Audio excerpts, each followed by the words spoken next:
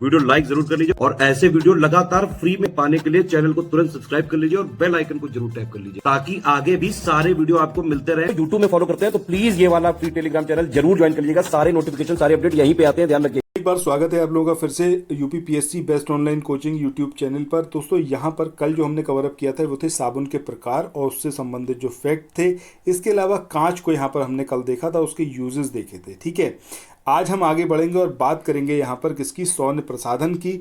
और उसके जो संगठक हैं बहुत ज़्यादा इंपॉर्टेंट है। सो पहली बार देखो चैनल पर आए हो तो चैनल को सब्सक्राइब कर लेना, नोटिफिकेशन बेल के आइकन को ज़रूर प्रेस कर लेना ताकि अपकमिंग वीडियोज़ की नोटिफिकेशन आपको मिल पाए। तो सबसे पहले बात करते हैं हम सौर्य प्रसाधन। अब ये क्या है भैया, इत्र की बात करते हैं। सो इत्र का जो संगठक है, ऑब्वियस सी बात है, इत्र को सूंघने में कैसे बड़ा एकदम बढ़िया सी महक आती है। तो सुगंधित तेल इसके अंदर पड़े होते हैं, सुगंधित यौगिक होते हैं, एल्कोहल इसके अंदर मिला हुआ होता है, जल का विलयन होता है, बेंजिल एसीटेट इसके अंदर होता है और बेंजल्डिहाइड इसके अंदर होता है, एथेनॉल होता है और कपूर होता है। ये सारी चीज़ें जो हैं किसके अंदर पड़ी होती हैं, इत्र में, तब जाकर इत्र बनता है। नेक्स्ट बात करें डिओड्रेंट्स की या फिर हम बात करें दुर्गंध निवारक की जो अक्सर हम लोग यूज़ करते हैं। सो उसमें एल्युमिनियम क्लोरोहाइड्रेट पड़ा होता है, ठीक है, और एल्युमिनियम जर्कोनियम पड़ा होता है। इसके अलावा tri chlorohydrex, glycerine, aluminium hydroxy bromide, ये सारी चीज़ें इसके अंदर पड़ी होती हैं जो हम डिओड्रेंट यूज़ करते हैं। कभी भी जब आप कोई भी ऐसा चीज़ यूज़ कर रहे हो ना तो उसका जो कंपोजिशन होता है, जो उस पर लिखा होता है, उसको ज़रूर एक बार देखा करो। यही सारी चीज़ें हैं जो साइंस के पॉइंट ऑफ व्यू से इंपॉर्टेंट होती हैं। एग्जामिनेशन में पूछा यहीं से जाता है जो डेली बेसिस पर आप चीज़ें यूज़ कर रहे हैं। एक बार अगर आप उसको पलट के देखोगे, आप देखोगे उसका कंपोजिशन, तब आप अपने आप ही मतलब इसको कहीं से पढ़ने की ज़रूरत नहीं है, सारी चीज़ें उस पर ऑलरेडी मैंशनड रहती हैं।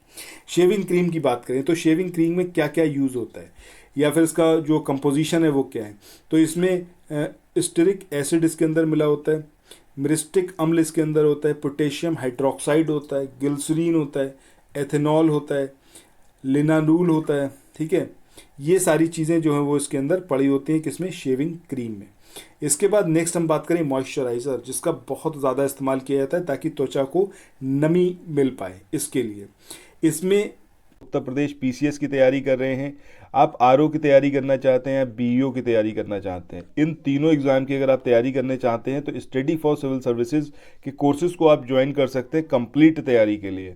ये वन स्टॉप डेस्टिनेशन है, यहाँ पर आपको सब कुछ मिलेगा जिसमें स्टडी मटेरियल रहेगा, टेस्ट सीरीज रहेंगी, पेड क्विज रहेंगी, सब कुछ आपको एक ही जगह पर मिलेगा और ये सब कुछ सफिशिएंट होगा आपके एग्ज़ाम को क्रैक करने के लिए, एग्ज़ाम को निकालने के लिए। लेटेस्ट ग्रुप स्टार्ट हो चुके हैं और उन ग्रुप में आपको एडमिशन लेने के लिए सिंपली जो ये नंबर मैं आपकी स्क्रीन पर लिख रहा हूँ, इन नंबर्स पर आप कॉल कर सकते हैं। 8564880530 इस नंबर पर आप संपर्क कर सकते हैं। इसके अलावा 9696066089 इस नंबर पर कांटेक्ट कर सकते हैं या फिर आप 7523864455 इन तीनों में से किसी भी नंबर पर कॉल करके आप हमसे संपर्क कर सकते हैं और ये लेटेस्ट ग्रुप जो है इसमें आप एडमिशन ले सकते हैं। पेट्रोलेटम पड़ा होता है, पैराफिन, लेनोलिन और खनिज तेल होते हैं, ग्लिसरीन होता है, प्रोपिलिन, ग्लाइकॉल और प्रोटीन, ये सारी चीज़ें किसके अंदर पड़ी होती हैं, आपकी मॉइस्चराइज़र में। इसके बाद नेक्स्ट हम बात करें लिप बाम की, जो अक्सर यूज़ किया जाता है जाड़ों में क्योंकि होंठ फटने लगते हैं। सो इसमें जो है मधुमक्खी से प्राप्त जो मोम होता है या फिर कार्नोबा मोम और कपूर, सेटिल अल्कोहल और लेनोनिल और पैराफिन, ये सब कुछ जो है इसके अंदर पड़ा हुआ होता है किसमें, लिप बाम में। इसके बाद नेक्स्ट हम बात करें वैसलीन, इसका भी यूज़ बहुत ज़्यादा होता है जाड़ों में।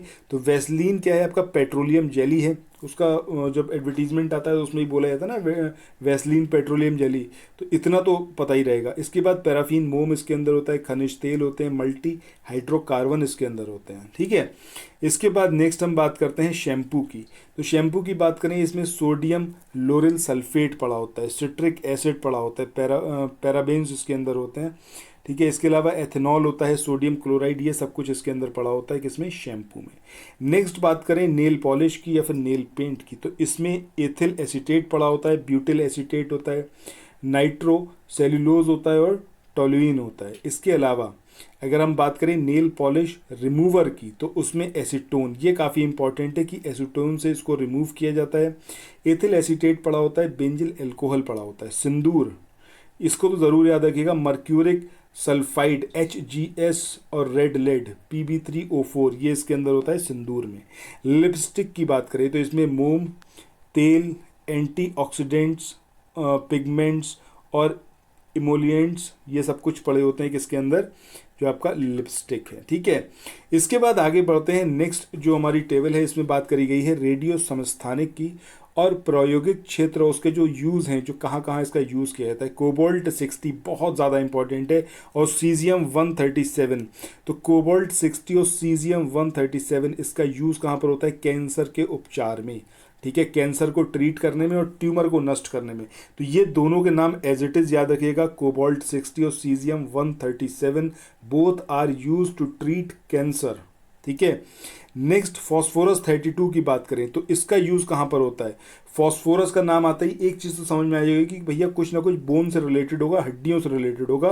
तो अस्थि रोग यानी कि जो बोन से रिलेटेड डिजीज़ होती हैं उसके उपचार में इसका यूज़ किया जाता है। प्रकाश संश्लेषण की जो प्रक्रिया होती है उसके अध्ययन में भी इसका यूज़ किया जाता है फॉस्फोरस 32 का।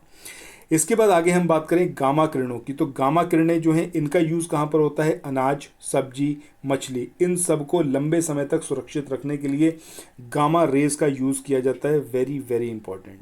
कार्बन 14, ये मुझे लगता है आपको बहुत अच्छे से पता होगा, इसका यूज़ पौधों में उर्वरकों के प्रभाव की जांच करने के लिए किया जाता है कि कैसा इम्पैक्ट हो रहा है पौधों पर जब फर्टिलाइजर्स उन पर यूज़ किए जा रहे हैं।